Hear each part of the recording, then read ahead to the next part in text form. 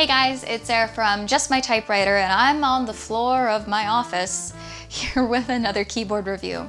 Before I moved, I received a PR package in the mail from a keyboard company called 7 Keys. They do make some typewriter style keyboards and sell them on Amazon. They'd reached out to me via email and asked me to review one of their keyboards. Now, this is not the first time this has happened. I have done collaborations with brands before where they send me a typewriter keyboard, I test it on the YouTube channel, and I post a video about it. Now, a lot of those look the same. I have done quite a few where I just review the typewriter keyboard, tell you the features, show you some things, and then that's kind of it. But what I've learned over the years doing some of these reviews is I really need to sit with the product for a while and test it and figure out what I like and don't like about it. For example, I did a video where I reviewed a $15 keyboard. I tried it, liked it in the video, I took it into work and used it for a semester and realized I hated it. The keys were too close together for my fingers, so I had like a really negative experience with it. So I've learned over the years I need to test these a little bit longer. So this time I wanted to take this keyboard and test it over the course of a week in my daily routine here in the new apartment because I took way too long trying to do this elsewhere. I did, before I moved, make a small ASMR unboxing video, but I haven't really tested this keyboard much since. Now, there are a few things that I noticed even in filming that video that I did like about this specifically. One thing I noticed when the brand sent me their email is that the keyboard that they sent me didn't look like any other keyboard I've seen on the internet. There are those drop-shipped typewriter keyboards, which I've mentioned in a few videos. Every single seller on Amazon has one. They're all about $75 to $100. They all look exactly the same. They're kind of like knockoff versions of Typewriter keyboards. They look different. One of the things I really liked about the Fine Day keyboard was that it looked completely different than those drop-ship products. This one also looks very different, and that's what I found really attractive about this, even just looking at that email listing. So the design here is very different. It does have a faux wood base, and it also has this front design, which kind of reminds me of a Royal 10, this like swoop down front. The Fine Day keyboard reminded me of a flat top. So I do think that they're taking some of those typewriter style designs and putting them into their keyboards, and I do like that. Something else I noticed as I was doing this unboxing video was that it was lighter weight than the Fine Day keyboard. The Fine Day keyboard is aluminum, and it's the price of aluminum. It's very expensive, it's very heavy. This is a lighter weight keyboard. It is also cheaper as far as the Amazon listing is than the Fine Day keyboard, and the weight is kind of equal to that. It also has an on-off switch, which is something I very much appreciate on these Bluetooth keyboards. I like to know when I've turned something off. It just makes me sleep better at night. So it helps me to know that there's an on-off switch to this keyboard, so I don't leave it on all the time. These do run on a battery, which you can charge in the keyboard itself. If it's plugged into your computer, it's not that big of a deal, but if you're using it with a device and you forget to turn it off and then you need it again, if you haven't charged it in between, it'll be dead. So I like having the on-off switch here. It also has the carriage return arm lever work as your light pattern switcher. It does have RGB backlit keys, which I do like. I love backlit keys. It's one of my biggest complaints with the Typewriter is the absence of backlights in their keys, and you can change those patterns using your carriage return arm. I don't like flashing lights or pulsing behind my keys, it distracts me, but I do like having some sort of light behind them as I'm typing. When I first got it, it wasn't listed anywhere for sale. I had to wait a couple weeks before it was live on Amazon. It is currently listed for $127.99. Now, a lot of typewriter keyboards are going to be in that range. Even the drop-shipped typewriter keyboards are $75 to $100. This is in line with some of the higher-end typewriter keyboards, but clearly they have more expensive ones, so the Fine Day keyboards can go up to $300, $400 depending on the variation you get. So it is kind of on the lower end of the higher-end keyboards, if that makes sense. And in looking at their Amazon listing, they do mention a few features that I think would be interesting to users. First of all, they mention the key types. Now, they mention that they use a specific type of blue switch key. They have these specifically chosen because it makes more of a clacky sound. It will not sound like a typewriter, but it does make a little bit more of a louder noise as you're using it. And these are replaceable. I get asked very often what types of switches are on these keyboards. This one says they're blue switches. I don't know what that means, but that's what they are. And they are replaceable. So if you do not like these or this type of switch, you can change it on your own, which is a good feature to have if you like custom keyboards. Another thing that they mention on the Amazon site, and this matters a lot to me, is that you can use it either wireless or wired. It does come with a USB-C cable. I do not use my phone with keyboards very often unless I'm testing for a video. I don't mind using my phone keyboard, but when I am at a computer, I like to have a keyboard. And if I'm trying to use this at a general PC or even with my laptop, I have to have a wired connection. So I prefer using these with a wired connection in some of those devices, and I like that you have the option for that. I use my phone keyboard. I have a PC at work, which I do have the Typewriter keyboard attached to right now because that takes the place of a normal keyboard, but I do most of my at-home work on a laptop, which has an integrated keyboard in it. So I typically wouldn't use a product like this on a daily basis. However, for the sake of testing this keyboard this week, I did get a laptop stand so that I can lean my laptop up and try the keyboard with it. This will also prevent me from using my laptop's keyboard because I have to test this for science. So this week we are going to spend some time with the 7 keys keyboard and figure out what we like and what we don't like about this newer Typewriter keyboard. I'll check back in a week and maybe next time I'll actually have a chair. I forgot my safety goggles. That would have been perfect for this. One thing I forgot to mention here as I was in this kind of crazy floor setup is that I did receive this product for free as PR. Now, I'm not receiving any compensation for this video or for selling you any of these Typewriter keyboards, but I did receive this product as a free piece of media to review, but I don't make any money from this. All of the opinions are my own. They have not asked for a review of the video before I post it, just that I check out their product. So, no money's being exchanged, but I did receive this keyboard as a free piece of media so that I could try it and test it in a video. Again, not being paid for this. All of these opinions are completely my own and from my own experiences, but I did want to throw that in there just so you guys know where I'm coming from with this review. I kind of feel really stupid. I'm sitting here trying to set up my desk. I've always had trouble with desk space and trying to set up a desk. So my laptop takes up so much space. It's, 17-inch screen. I bought this laptop stand. I was like, this will give me more space on the desk.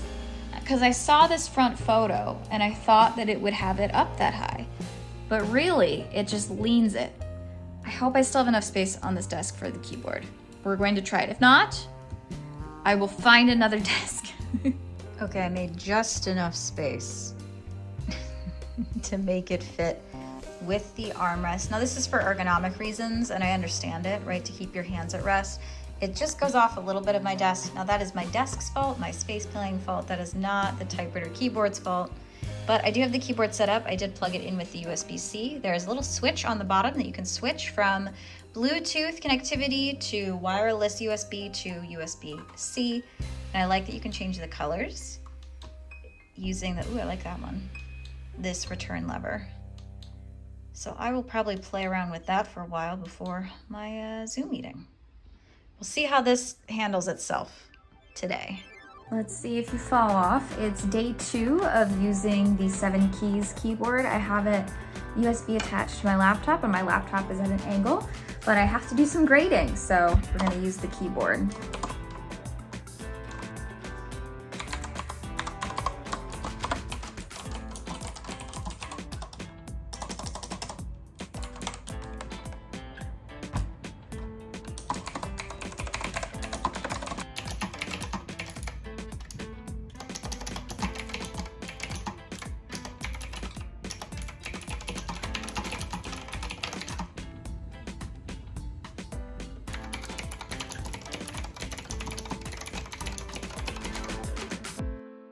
And we're back. Told you I'd have a chair. So I've spent the last week, well, 2 weeks because I had a stomach virus and couldn't really walk around much, but I've spent the last 2 weeks messing around with this 7 keys retro style Typewriter keyboard.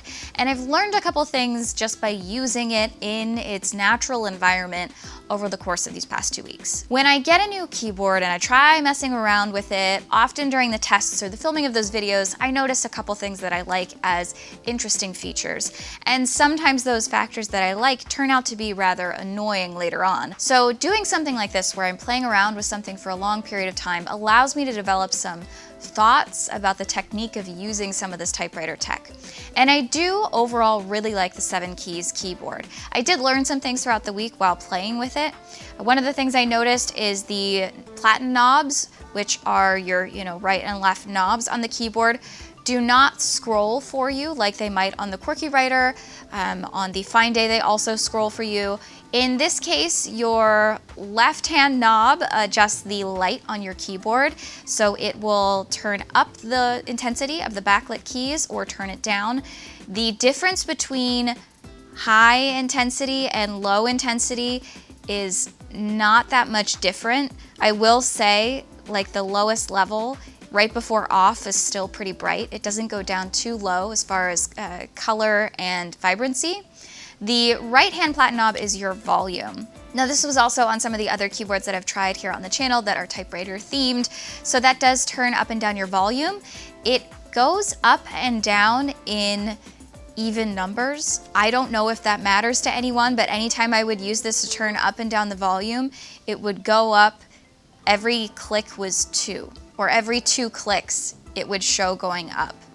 If that matters to you, there's a slight nuance for you. Another thing I noticed was some of the parts were actually removable. So things like the paper tray cover in the back here, which holds your phone or your tablet, that can come out, which is awesome because the height of this keyboard can be pretty tall if you have a keyboard tray on your computer.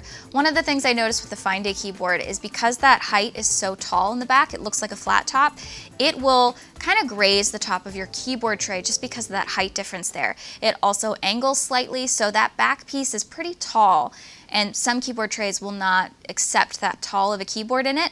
This is removable, so if you were trying to use this Typewriter keyboard in a keyboard tray, this back little stand does pop out, and that is a pretty nice feature if that's something you need to remove. I actually took mine off the first day and left it off the rest of the week. When you're using it with a computer, you don't really need that rest there for anything. Aesthetically, it looks like a paper tray. I get it, I like it, and it might be very helpful for holding up your phone or your tablet, but as far as going with a typical computer keyboard, it's just not necessary, so that is removable, which I do like. The other piece that's removable is your carriage return lever. This is a heavy carriage return lever. You could do some damage with this, but it does come off. This carriage return lever is not an enter button. And if you're trying to make a keyboard act like a typewriter, that is something that's a really easy move if you're adding a carriage return lever to make it your enter button. It makes it feel aesthetically more like a typewriter. It's more true to the typewriter form. The carriage return lever on this keyboard changes the light pattern behind your backlit keys. So it can change it from fading in and out of colors, going across the keyboard. It can change it to singular colors. You click through all of them. You can also do this using the function key on your keyboard and change your light patterns that way. But the main point of the carriage return lever on this one is to click between light patterns rather than to hit enter. And for me, as a typewriter fan, I think that's a missed opportunity. A few other things I noticed while using this keyboard, I do really like the keys on this. Now, they are not as heavy duty as something like the Fine Day keyboard, which does have aluminum keys and aluminum ring keys. They do give a reason for why they choose that format on the Fine Day keyboard. It's so that your letters don't wipe away from continued use. If you use a typical keyboard or a keyboard cover, I have one of those on my laptop, I have to replace them about once a year because you can tell what my password is because I wear away those keys the most on my actual covers or keyboards. So on the Fine Day keyboard, they use aluminum keys and actually inlay or cut into the key the letter so it doesn't wear away over time with use. I think that's a really smart design to it. On this keyboard, we're using, plastic keys here, and they are silver rings. I mean, it's plastic, but it gives the look of a glass top key. The letters are see-through, so it allows for the backlight to come up through it. And I think that's an interesting choice as well. Instead of just having the backlit just behind the keys, you can actually see the backlights through the actual letter on the key itself. It's aesthetically kind of pleasing. I don't know if there is any advantage to using that, but that's different than some of the other keyboards I've tried before. The font on the keys as well is a little bit more of that retro style. It looks almost like a stencil or a courier typeface on the letters themselves, which makes it a little bit more stylized than something like the Typewriter or the Fine Day or some of those cheaper Amazon keyboards we've tried before. I will say, I got used to using this over the course of the week. I'm beginning to think my problem is actually I'm just not a mechanical typewriter mechanical keyboard user. This sound doesn't bother me as much anymore, especially in my own home compared to work. I did get used to that. This is probably the loudest one I've tried. If you're looking for a very loud mechanical keyboard that gives you, it's not the sound of a typewriter at all because there's no metal components, but it gives you a little bit more of that immediacy feeling or that tactile feeling to typing. This is louder, but I also noticed with some of the keys, I feel like they're kind of close together. I'm used to using a laptop keyboard which is flat and square keys, and I don't ever hit two of the same letter at the same time. I'm found on keyboards like this, I'm still having that tendency to hit a couple keys at once. That could be a lot of factors, the length of my nails compared to not using these types of keyboards very often, but I did run into that issue on this keyboard, not as much as some of the cheaper versions I've tried. The spacing is a little bit better on something like this, and I do think it's something that over time I could absolutely adapt to using and not have that problem. You can still use it with your phone or your tablet. For me, that is not the most useful case of a keyboard. I don't have an iPad or a tablet of any kind. I do have an iPhone, and for me, the hassle of bringing out an external device to be able to type on my device just doesn't make sense to me. The whole point of having a phone and something that is like a supercomputer that you can fit in your pocket is how small it is. And once you add something like an additional keyboard to it, it no longer becomes that transportable or that easy to move around with. I will say though, I am a college professor and I have lots of students who do not have a laptop. They are doing all of their assignments on their phone or on their iPad, and for them, something like a keyboard like this paired with a tablet device might be a really great way to get through assignments. I use my laptop for everything. I type so much faster on my laptop than I actually type on my phone with my thumbs. So I think in that environment, this might be a really great option. If you are a tablet person and you use your tablet for writing a lot, this might be the way to go to give you that feeling of using a keyboard that allows you to be more productive while also still having that typewriter aesthetic. I will say for me as a user, these are not the most reasonable purchases just because I'm not using them with Bluetooth devices. I really do like the inclusion of the cord to be able to plug it into a computer or a laptop. For me, that's the most useful aspect of these. And I do like that you can switch between, like you can on some of the more higher end keyboards that we've tried here on the channel. I think for $130, this might be the best bang for your buck of the higher end typewriter keyboards we've tried before. The QWERTY S I got when it was, a little bit more new and a little bit more popular, so it was more expensive. It was a really nice kind of start, and I do think from what I've seen of the typewriter keyboards that are out there on the market, that seems to be kind of keyboard 1 or keyboard 0. It seems to be the origin point for a lot of these retro steampunk themed keyboards. I like the aesthetics of it. I think the platen knobs on it are probably the best there are on these types of keyboards. The tray is integrated in there. There's a rounded part that looks like a platen. The keys are nice. It is weighty. It feels really hefty. I think it's a really good start in the market, and I'm glad I started there. I do think that it is kind of outmatched by some of even the cheaper versions, and that happens over time as technology gets easier or cheaper to produce. The Fine Day keyboard is kind of like the premium, highest quality version that I've tried. If you are looking for something that is on that higher end side that you just kind of want to sit at your computer or your device or your writing space and leave there, I think that's a really good option for that if you want to spend that kind of money. The materials are higher quality than some of these plastic keyboards. The keys themselves have a really nice feel to them. It feels like a luxury product, which is not something I say with every one of these keyboards. So I think that's a really good option if you are looking for that intentional purchase of a mechanical keyboard. I would say it's more suited to Bluetooth devices than maybe your computer keyboard. It does have the connectivity to do that. You can plug it into any of those things. But if you are working on a desk that has that tray that comes out, it's just a little too tall for something like that. The paper tray in it is a little bit wider than the QWERTY, but still not ideal if you have a thicker case on your phone or device like I do. I am very prone to dropping things and breaking stuff, so for me I need the heaviest duty case on stuff, and having that tray in there is always going to cause you that issue. That is something that I do like they've solved here on the 7 keys. Because that piece in the back is removable, you can also scoot it out a little bit so you can angle your device a little bit further out depending on the size of your case. So I think if you're looking for that higher end premium product, the Find A keyboard might be that for you. I don't think it's very easy to transport. I don't think it's something you can easily travel with. So if you're looking for something to take with you and out in different places, that's not it. I've had a couple people email me saying that they've bought some like the cheaper versions of these portable typewriter keyboards on Amazon and have good experiences with them.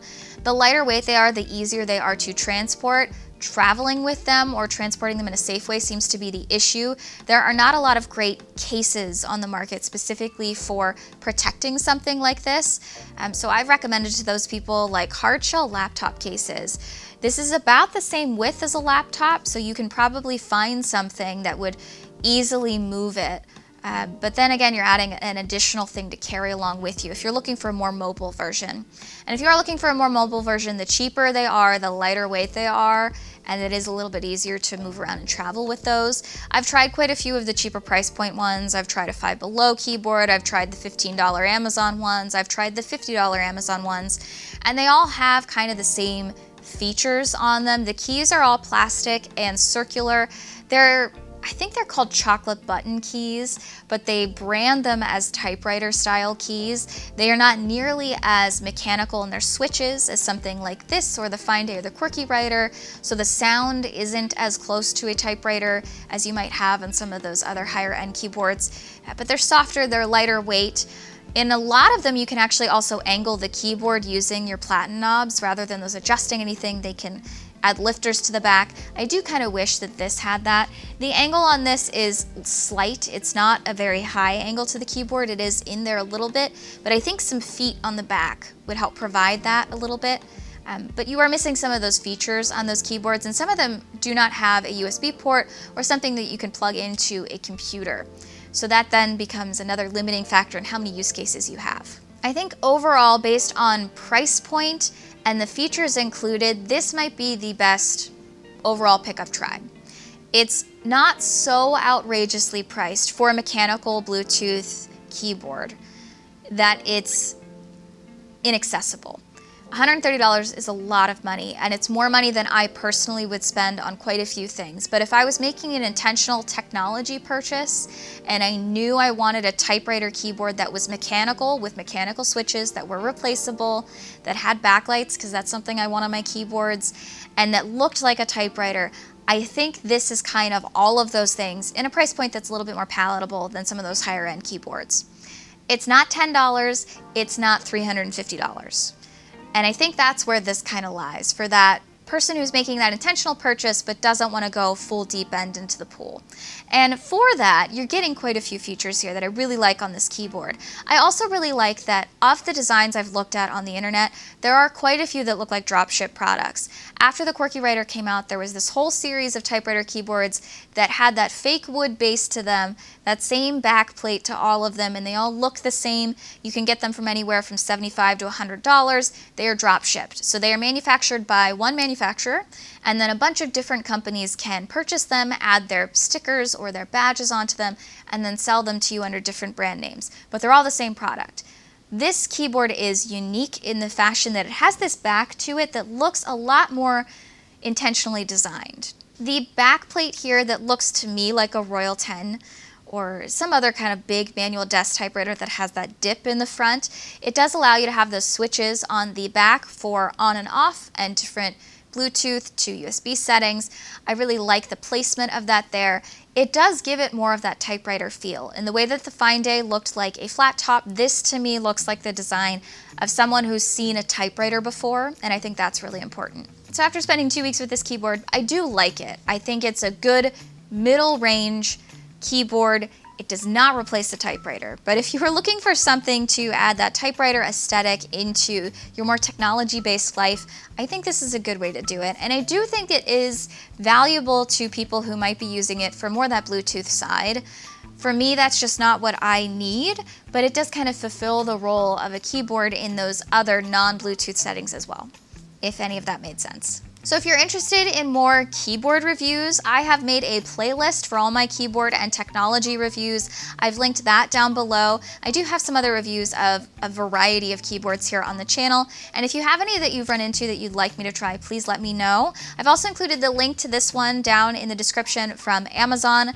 I do not make any commission off of this from the company. None of this is sponsored. They did send me a free keyboard, but there was no expectation that they would be reviewing this video or that I would be making any money off of trying this product or recommending it to you. There is one Amazon review for this keyboard, and it does mention that they received the keyboard for free. So they are trying to get some people to look at this keyboard and consider it. I'm one of those people, and I made this video, but there is no obligation or financial exchange for testing this out. I do think it looks a lot more like a typewriter than other ones, which is why I wanted to try it for you guys, because I think typewriter tech is a really interesting way to get into this trend of nostalgia technology and also making typewriters a little bit more relevant in a modern society. If you're interested in more typewriter content, I do have some other videos on this YouTube channel, as well as an Instagram at just.my.typewriter. I want to thank you all so much for watching and remind you, you're just my typewriter. Ooh, one other thing I just noticed, you can switch between Windows and Mac, so it will work with a Mac or a Windows PC, so that's good to know in case you have that question. Why is that here at the end of the video? I don't know.